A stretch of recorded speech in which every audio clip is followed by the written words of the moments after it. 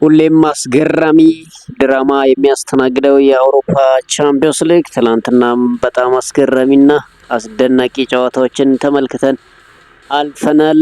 ሪሞንታዳ የሰራው አትላንታ የጣሊያን ብቸኛ ወኪል ሆኗል። በአውሮፓ ቻምፒዮንስ ሊግም ቪክተር ዮከሬሽ የሳምንቱ ምርጥ ተጫዋች ተብለዋል። ማንቸስተር ዩናይትድ በሩብ ዓመቱ ትርፋማው ቡድን መሆን ችሏል።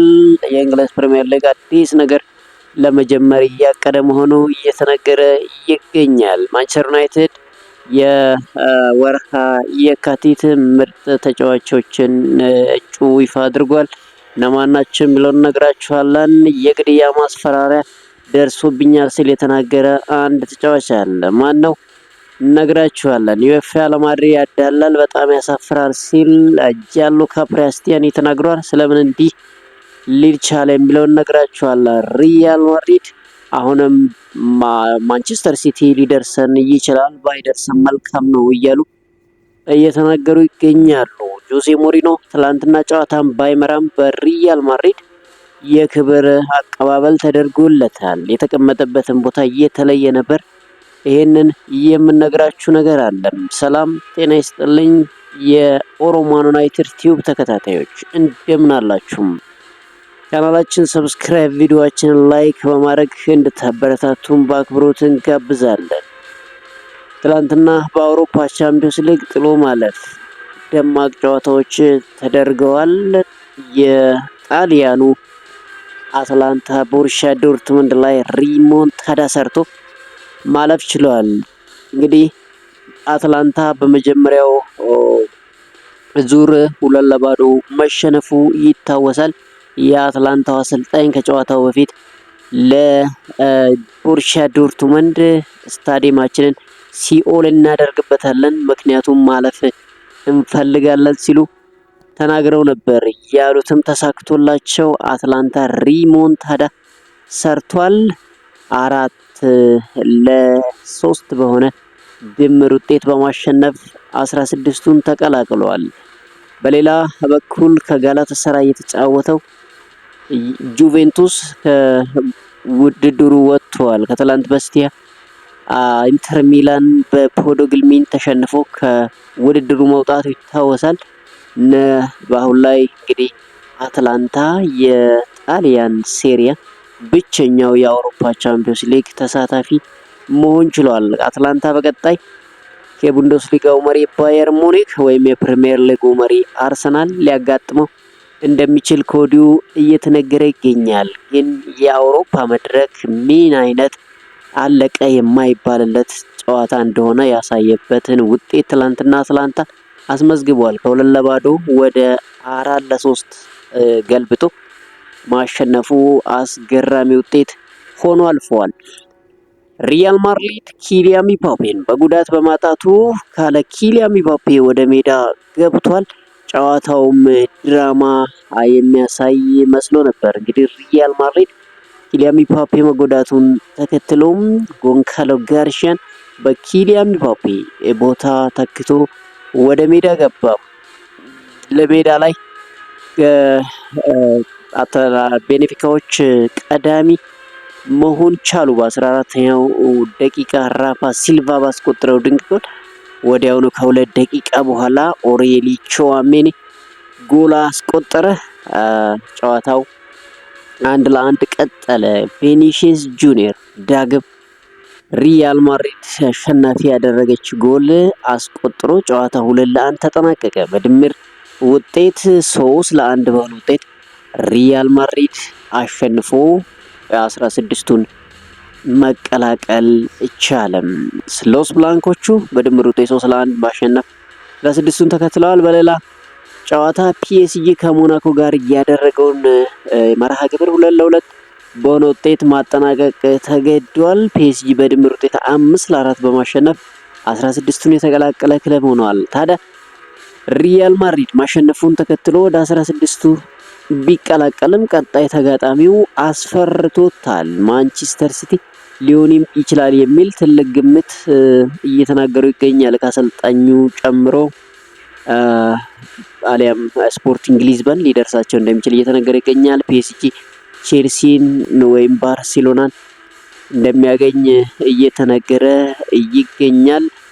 እንግዲህ ጋላታሳራይ በድምር ውጤት ጁቬንቱስን ጥሎ አልፏል። ጋላታሳራይ በቀጣይ የእንግሊዝ ፕሪሚየር ሊግ ክለቦችን ሊቨርፑልን አሊያም ቶትናምን ሊያገኝ እንደሚችል እየተነገረ ይገኛል።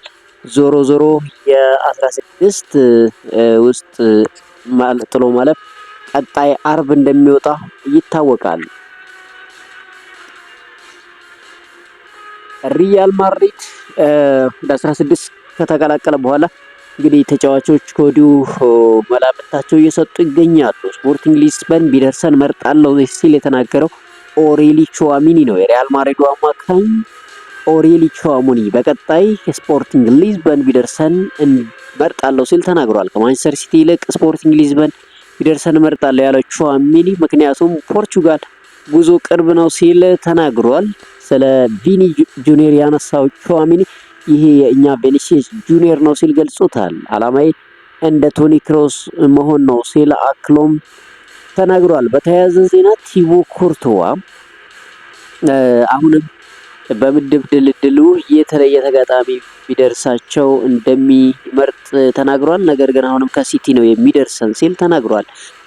በአሁኑ የተለየ ተጋጣሚ እንደሚደርሰን እና ከስፖርቲንግ ሊዝበን እንደምንጫወት ተስፋ አደርጋለሁ ሲል ቲቦ ኮርቶዋ ተናግሯል። አክለውም ነገር ግን እጣው በድጋሚ ማንቸስተር ሲቲ ላይ እንደሚያርፍ እናውቃለን ሲል ተናግሯል። አሰልጣኝ አርቢሎን በበኩላቸው ባለፉት ዓመታት እንደነበረው አሁንም ማንቸስተር ሲቲ ተጋጣሚያችን ነው የሚሆነው ሲሉ ተናግረዋል። የአውሮፓውያን ሊግ እንግዲህ ጣድልድሉ ማን ሊሆን ይችላል? እነኚህ በተደጋጋሚ የተገናኙ ክለቦች መሆናቸውን ተከትሎ እንግዲህ ከወዲሁ ሪያል ማድሪድ ከማንቸስተር ሲቲ ዳግም ይገናኛሉ ተብሎ እየተገመተ ይገኛል። በሳውዲ አረቢያ ሊግ አልናሲር በአልናጅም ጋር ያደረገውን ጨዋታ 5-0 በሆነ ውጤት ማሸነፍ ችሏል። የአልናስርን የማሸነፊያ ግቦች ማርቲኔዝ 2 ግቦችን ሲያስቆጥር ክሪስቲያኖ ሮናልዶ፣ ኪንግስሌ ኮማን እና ሰይዱ ማኔ ቀሪዎቹን ጎሎች አስቆጥረዋል። እንግዲህ ክሪስቲያኖ ሮናልዶ በውድድር ዓመቱ ያስቆጠራቸውን የሊግ ግቦች 21 ማድረሱን ችሏል። ሮናልዶ በእግር ኳስ ሕይወቱ 1000ኛ ግቦችን ለማስቆጠር 35 ግቦች ብቻ እንደሚቀሩት እየተነገረ ይገኛል። አልናስር በ58 ነጥብ ከአልሂላል በ2 ነጥብ ከፍ ብሎ የሳውዲ አረቢያው ሊግ መምራት ችሏል። እንግዲህ ክሪስቲያኖ ሮናልዶ ምን ያስመዘግባል ቀጣይ የሚለው በጉጉት የሚጠበቅ ነገር መሆን ችሏል። በሌላ በኩል እንግዲህ ጆዜ ሞሪኖ ከ13 ዓመት በኋላ ወደ ሪያል ማድሪድ ሲመለሱ ምንም እንኳን በዘረኝነት እና እንዲሁም በቀይ ካርድ በበርናባው ጨዋታውን ባይመሩም ለየት ያለ ቦታ እንዲቀመጡ አድርገዋቸዋል። ጆዜ ሞሪኖ ሪያል ማድሪድ በበኩሉ ለጆዜ ሞሪኖ ጨዋታውን የሚመለከትበት ዳሳ እንዳዘጋጀ፣ ይህንንም ተከትሎ ሞሪኖ በመገናኛ ብዙሃን መቀመጫ አካባቢ በተዘጋጀላቸው ወንበር ተቀምጠው ጨዋታውን እንደሚመሩ እንዲመለከቱ ተደርጓል። እንግዲህ ሌላው በሪያል ማድሪድ ከቤኔፊካ ባደረጉት ጨዋታ ደጋፊዎች ራሲዝም እና ሪስፔክት አያስፈልግም ኦር ኖር ራሲዝም ደ ኖ ሪስፔክት የሚል ጽሑፍ ማሳየታቸው ተነግረዋል። ደጋፊዎች ከጨዋታው በፊት ስታዲየሙ አቅራቢያ ተገኝተው የተለመደውን ጠንካራ ድባብ እንዳሳዩ እንዲሁም ሳንቲያጎ በርናባው ጣሪያው እንደተዘጋ ተነግረዋል። እንደ አንድ የቤኔፊካ ደጋፊ የሪያል ማድሪድ የዋንጫ መደርደሪያ ሲጎበኝ የቡድኑ ተጫዋቾችን ምስል ፊት ሙዝ ሲያወጣም ታይቷል። ጨዋታ እንግዲህ በውዝግብ የተሞላ ሆኖ ማለፍ ችለዋል። እንግዲህ ከጨዋታው በፊት ቤኔፊካዎች ይግባኝ ዩኤፋ አስገብተው ነበር። የጂያንሉካ ፕሬስቲያኒ ለጨዋታ እንዲፈቀድላቸው ማለት ነው። ቤኔፊካው ፕሬስቲያኒ እገዳ እንዲነሳና በምሽቱ እንዲጫወት ለዩኤፋ ያቀረቡት ይግባኝ ውድቅ ተደረገ። ይህንንም ተከትሎ ጂያንሉካ ፕሬስቲያኒ በማህበራዊ ትስስር ገጹ የዩኤፋ ውሳኔ አሳፋሪ ሲል ገልጾታል። ተጫዋቹ በመልእክቱም ያለ ኳስ ተጫዋቾች ስትመታ ብትታይም ችግር የለውም አትቀጣም ሲል ስለ ፌዴ ቫልቬርዴ ላይ ቀርቦ ስለነበረው ክስ ተናገረ። ምንም ማረጋገጫ ነገር ባይኖርም እንኳን ግን ቅጣት ይጣልባል ሲል ቅጣቱን ኮንኗል። አክሎም ከዚህ በኋላ ለሪያል ማድሪድ ያላቸውን አድሎ ለመደበቅ መሞከር እንኳን አይችሉም፣ በጣም አሳፋሪ ነው ሲል ገልጾታል። ነገር ግን ተጫዋቹ መልእክቱን ከማህበራዊ ትስስሩ አጥፍቶታል። የቀድሞ ተጫዋች ዌስሊ ሽናይደር ባለፈው ሳምንት በሰጠው አስተያየት ምክንያት የግድያ ማስፈራሪያ እንደደረሰበት አስታውቋል። ሀሳቤን በመግለጽ ምክንያት ከአርጀንቲና ከ4000 በላይ የግድያ ማስፈራሪያ ደርሰውብኛል ሲል ሽናይደር ይናገራል። አክሎም ሁሉም ሰው አስተያየት የመስጠት መብት አለው፣ እነሱም ቢሆን እኔም ያየሁትን ነው ተመርኩዤ አስተያየት የሰጠሁት ሲል ተናግሯል። በሪያል ማድሪድ ከቤኔፊካ ጨዋታ ወቅት ኦታሜንዲ የተነቀሰውን የዓለም ዋንጫ ምስል ለቬኒሲየስ ጁኒየር አንተ የለህም ሲል አሳይቶ ነበር። በክስተቱ ላይ አስተያየቱን የሰጠው ሽናይደር የኦታሜንዲ የአእምሮ ጤና ግን ደህና ነው ሲል ተናግሮ ነበር። የህፃን ስራ ነው የሰራው ሲል መተቸቱ ይታወሳል። አክሎም እኔ ቬኒሲየስም ብሆን ዋንጫውን እያመጣው ሜሲ ነው እንጂ አንተ አልነበርክም፣ የአንተ ሚና አልነበረበትም ብዬ አስታውሰው ነበር። ያንን ለማድረግ ተጫዋቹ ማሳየት ጤናማ አይደለም ሲል ተችቶ ነበር። በዚህ ትችቱ ምክንያት እንግዲህ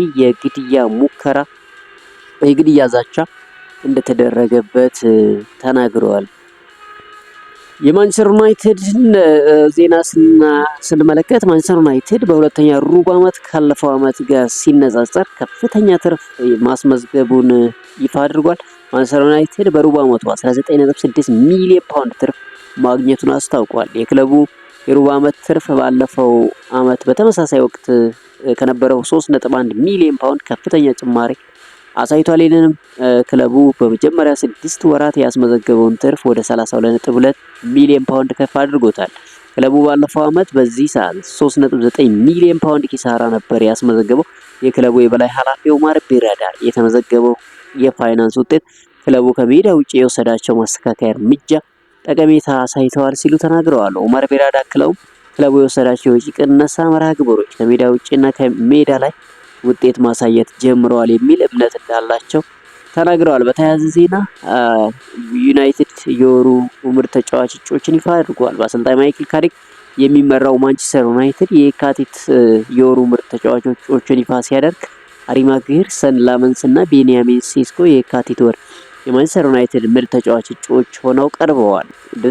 የቻናላችን ተከታታዮች የማንቸስተር ዩናይትድ የወሩ ምርጥ ተጫዋች በእናንተ ግምት ማን ይሆናል የሚለውን በኮመንት ሴክሽን ሀሳባችሁን ልታጋሩን ትችላላችሁ። በተያያዘ ዜና የእንግሊዝ ፕሪሚየር ሊግ 27-28 መርሃ ግብር የሳምንቱ ምርጥ ተጫዋች ይፋ ተደርጓል። በዚህም መሰረት የአርሰናል የፊት መስመር አጥቂ ቪክተር ዮኬሬሽ የሳምንቱ ምርጥ ተጫዋች መባል ችሏል።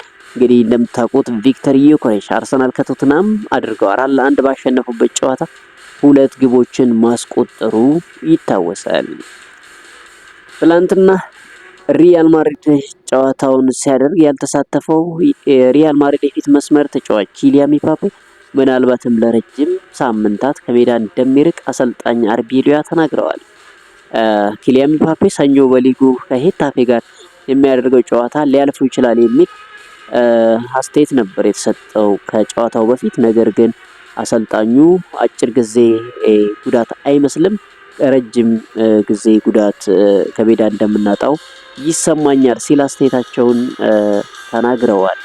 የእንግሊዝ ፕሪሚየር ሊግ የራሱን እንደ ኔትፍሊክስ አይነት የቀጥታ ማሰራጫ መተግበሪያ ለማዘጋጀት ማሰቡ እየተነገረ ይገኛል። ሊጉ ለማዘጋጀት ያሰበው መተግበሪያ የፕሪሚየር ሊጉን ጨዋታዎች በፈለጉት ምርጫ በቀጥታ እንደሚያሳይ ተናግሯል። መተግበሪያው በዓለም 188 በላይ ሀገራት ሽፋን እንደሚያገኝ ሲገለጽ የመመዝገቢያ ክፍያው በወር 10 ፓውንድ እንደሚሆን ተዘግቧል። ያለፈው የውድድር ዓመት ጨዋታዎች በመተግበሪያው እንደሚካተቱ እየተነገረ ይገኛል። ከትላንት በስቲያ የተጫወተው ኢንተር ሚላን በደርሶ መልስ በመረታት 16ቱን የተቀላቀለው ቦዶ ግሊምት አሰልጣኝ ስቴል ክኑስትሰን ውጤቱን ማመን እንዳልቻሉ ተናግረዋል። ከምሽቱ ድል በኋላ ቃላቸውን የሰጡት አሰልጣኙ 16 ውስጥ መቀላቀላችን እስካሁን ማመን አልቻልኩም ሲሉ አስተያየታቸውን ሰጥተዋል። ቡድናቸው ከትንሽ ከተማ የወጣ ቡድን ያሉት አሰልጣኙ ውጤቱ የማይታመን ነው ሲል ገልጸውታል። እንግዲህ ቦዶ ግሊምት በዚህ አመት በጣም አስገራሚ ውጤቶችን እያስመዘገበ ይገኛል። ማንቸስተር ሲቲን ማሸነፉ ይታወሳል።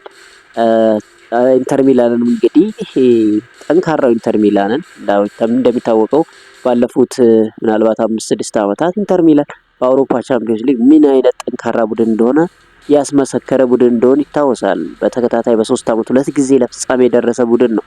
ይህንን ቡድን ነው እንግዲህ ከአውሮፓ ቻምፒዮንስ ሊግ መድረክ እያስወጣው ቦዶ ግሊምት። እንግዲህ ቦዶ ግሊምት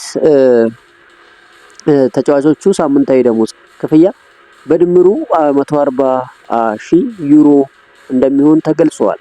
የህዝብ ቁጥሩም ቢሆን ከ50,000 ያልበለጠ የህዝብ ቁጥር እንዳለው ምናልባት የአንድ ስታዲየም ደጋፊን ብቻ የሚያክል የህዝብ ቁጥር ያለው